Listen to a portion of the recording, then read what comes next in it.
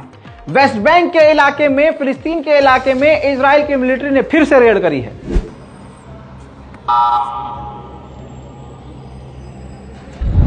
उधर ये तस्वीर देखिए, ये इराक के संगठन ने वीडियो जारी करके बताया है कि किस तरह से उन्होंने ड्रोन अटैक अमेरिका के बेस पर किया था।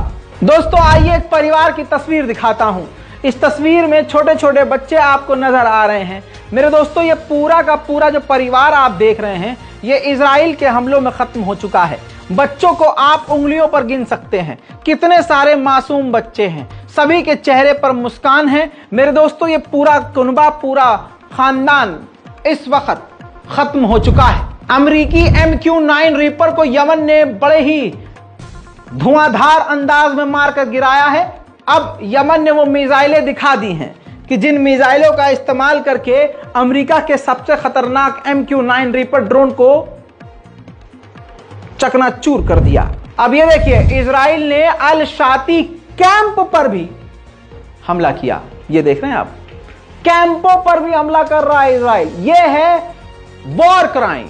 लेकिन दुनिया, ऐसे कई गाजा के लोग हैं, हजारों गाजा के लोग हैं जो ये कह रहे हैं यहीं पैदा हुए, इस जगह को हम छोड़ेंगे नहीं, चाहे हम यहीं मर जाएं। देखिए,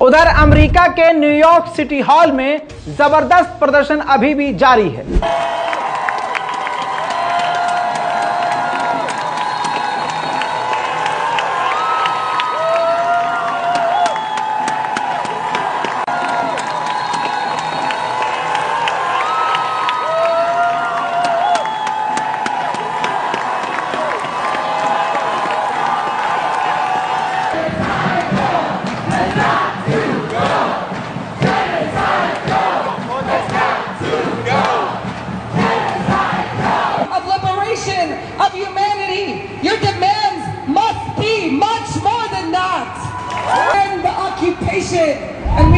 नॉर्वे की राजधानी में जबरदस्त प्रदर्शन अलग तरीके से हो रहा है।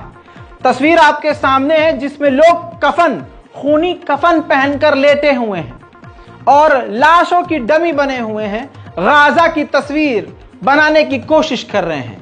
इस अनोखे प्रदर्शन ने पूरी दुनिया की नजरें अपनी तरफ खींची हैं। इजराइल के आतंक के आगे परेशान होकर रामल्ला फिलिस्तीन के इलाके में फिलिस्तीन और ईसाई एक साथ प्रदर्शन कर रहे हैं।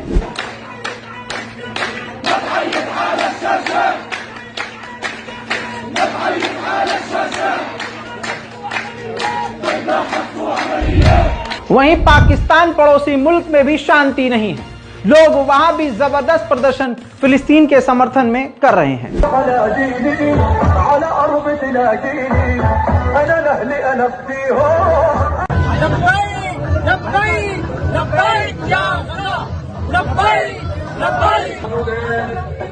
जमील साहब में मौजूद है, कुमार दलाली साहब, अब्दुल वकील कुरैशी साहब,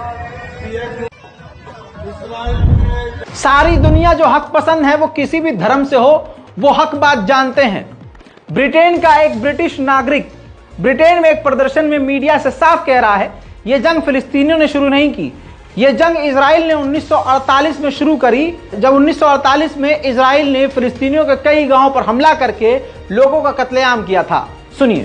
This didn't start on October the 7th. In 1948, Palestinian villages, hundreds of them, were demolished. Thousands of Palestinian, innocent Palestinian men, women and children were slaughtered, and 750,000 Palestinian refugees were created. That's when it started. सोचिए, यहूदी Holocaust का survivor, जब यहूदियों का कत्लेआम हो रहा था, उस दौरान जो शख्स बचा था वो भी ब्रिटेन में इजराइल के खिलाफ बयानबाजी कर रहा है। उस शख्स ने भी कहा कि इजराइल की सरकार सरासर गलत कर रही है, कत्लेआम कर रही है और बहुत गलत कदम है। इंटरनेशनल मीडिया, ब्रिटेन का मीडिया भी सरासर गलत कर रहा है। सुनिए, हर सही बात को बोलने वाला ये भी तो यहूदी है। Well, I'm Jewish, I'm Israeli. My parents were the only survivors of their families from the Holocaust. They both survived Auschwitz. I'm not going to support genocide, am I? I'm here with the Palestinians, and we are here with Palestine because we don't believe that what फिलिस्तीन के लिए ये प्रदर्शन इतिहास में सोने के अक्षरों से लिखे जा रहे हैं और जाएंगे। मेरे दोस्तों, इस इंसान को देखिए, ब्रिटेन में मौजूद ये जो शख्स है, ये वेंटिलेटर पे है। जी हाँ, वेंटिलेटर पे और व्हील चेयर पर ये बैठकर फिलिस्तीन के समर्थन में यह रैली में शामिल हुआ है, जो पूरे यूरोप को यह तस्वीर हिला रही है। इसके अलावा टोक्यो में भी शांति नहीं है, फिलिस्तीन के लिए जमकर प्रदर्शन वहां भी जारी है। More than 100 Japanese citizens protested in central Tokyo, where the group of 7 foreign ministers met on Tuesday, condemning the bloc for escalating the crisis in Gaza, while demanding its immediate action to call on an end to the deadly Israeli attacks in the Gaza Strip. The Gaza crisis is expected to top the agenda at the meeting scheduled for Tuesday and Wednesday at the Rikura House of Japan's Ministry of Foreign Affairs in Tokyo. The meeting, chaired by Japan's Foreign Minister Yoko Kamikawa, was also पूर्व अमेरिकी colonel और पूर्व diplomat of America वो भी साफ कह रही हैं कि इजराइल को हथियार देना अमेरिका को बंद करना चाहिए, ये जेनोसाइड है। अब ये तस्वीर देखिए, ऑस्ट्रेलिया में एक ट्रक इजराइल के लिए साजो सामान भरकर पोर्ट की तरफ जा रहा था, ताकि पोर्ट पर शिप के जरिए ये सामान इजराइल पहुंचे। वहां फिलिस्तीन के लिए समर्थन देने वाले लोगों ने इस ट्रक को रोक दिया। मेरे दोस्तों, पूरी दुनिया में क्या क्या हो रहा है, एक रिपोर्ट में मैंने आपको फिलिस्तीन, गाजा, इजराइल के तमाम अपडेट दे दिए हैं। फेक न्यूज से बचिए, रिपोर्ट को शेयर कीजिए, चैनल को सब्सक्राइब कीजिए। इससे पहले जो अपडेट्स आए हैं वो भी जरूर जाके देखिए, और इसके बाद जो आएंगे इंतजार